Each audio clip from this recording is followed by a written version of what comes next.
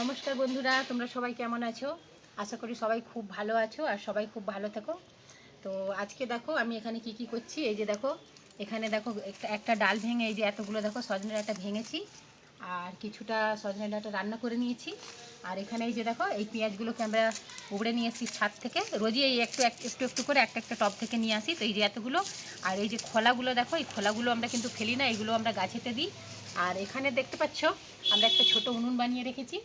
তো বুঝতেই পারছো এখন গ্যাসের কত অসুবিধে, তো যার কারণে আমরা এই উনুনটা বানিয়েছি। এই রান্না করলাম আর ভালো লাগছে না, যে রোদ এসে গেছে।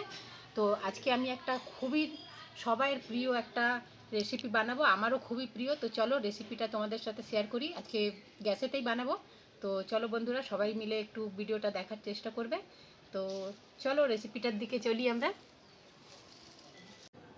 তো সবার প্রিয় আর আমারও প্রিয় রেসিপিটা বানাতে চলে আসলাম। এই যে মুরগির কচকচে আর মিটে আর গুর্দা, এই সবগুলো মিলেই একটা আমরা আজকে রেসিপি তৈরি করব।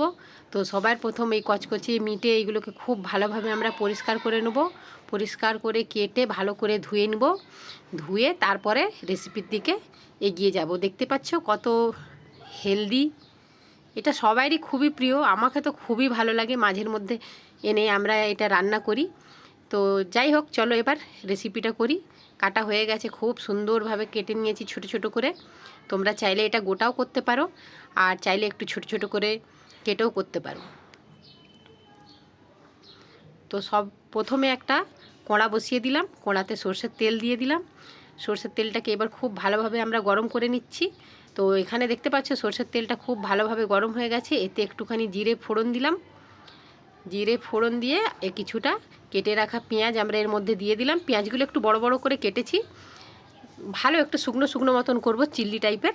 তো যাই হোক, তো পেঁয়াজগুলোকে এবার আমরা একটু খুব ভালোভাবে ভাজা করে নিচ্ছি। তোমরা কে কে এইটা খেতে পছন্দ করো একটু কমেন্ট করে বলবে। তো এখানে আমাদের দেখো পেঁয়াজটা হালকা ভাজা হয়ে গেছে। তো এর মধ্যে এবার আমরা এই যে কচকচে আর মেটে সব এর মধ্যে দিয়ে দিলাম। দিয়ে এবার এটাকে আমরা খুব ভালোভাবে একটু কষিয়ে নেব। একটু ভালো করে একটু ভাজা ভাজা করে নিলে না, একটা কেমন একটা গন্ধ ছাড়ে না, সেই গন্ধটা দূর হয়ে যাবে।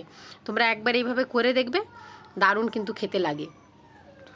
রুটি বা ভাত দিয়ে দুটো দিয়েই খেতে পারো, খুবই টেস্টি হয় খেতে কিন্তু। এবার দেখো এই যে জল, কতটা জল বেরিয়েছে, অনেকটা জল শুকনো হয়ে গেছে। তো এবারে এতে আমরা আদা রসুনের পেস্টটা দিয়ে দিলাম। দিয়ে এবার খুব ভালো করে নাড়াচাড়া করে দিচ্ছি।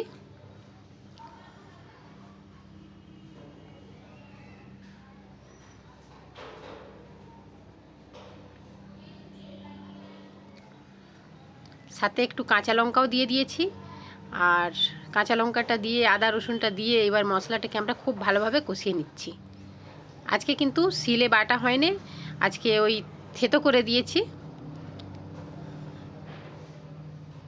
মাঝের মধ্যে কেটেও দিই, কখনো কখনো একটু ঠুকেও দিয়ে দিই, আবার কখনো একটু বেটেও দিয়ে দিই, যখন যেমন মন করে দিই একটু। কিন্তু এরম থেতো করে করলেও কিন্তু খেতে খুবই ভালো লাগে। তারপরে এতে হলদি গুঁড়ো দিয়ে দিন।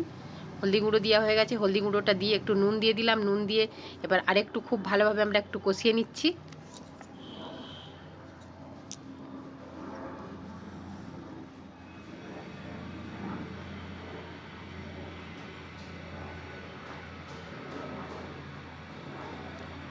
তো এখানে দেখো আমাদের মশলাটা খুব ভালোভাবে কষানো হয়ে গেছে। আর কচকচে মিটে গুড়দা এগুলো খুব ভালোভাবে সিদ্ধ হয়ে গেছে। আর কত ভাবো, এই দেখতে পাচ্ছ কত তেল বেরিয়ে গেছে। তো যার কারণে আমি একটু কম করেই তেল দিয়েছিলাম, এর থেকে অনেকই তেল বার হয়। প্রথমে একটু কম তেল দিলে এটা ঠিকঠাক হয়ে যায়, নাহলে বেশি তেল দিলে অনেক তেল হয়ে যায়। তাও দেখছো কত তেল বেরিয়ে গেছে। এবার এটা একদম তৈরি হয়ে গেছে, রেডি। তোমরা ভাত রুটি সব কিছু দিয়েই খেতে পারো। সাথে একটুখানি ধনে পাতা একটু গরম মশলা দিয়ে দিলেই হবে।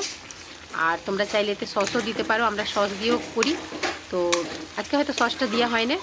তো যাই হোক, তোমরা আমাদের ভিডিও যদি তোমাদেরকে ভালো লেগে থাকে তো তোমরা লাইক সাবস্ক্রাইব করবে আর কমেন্ট করে বলবে কি ভিডিওটা কেমন হয়েছে। বাই বন্ধুরা।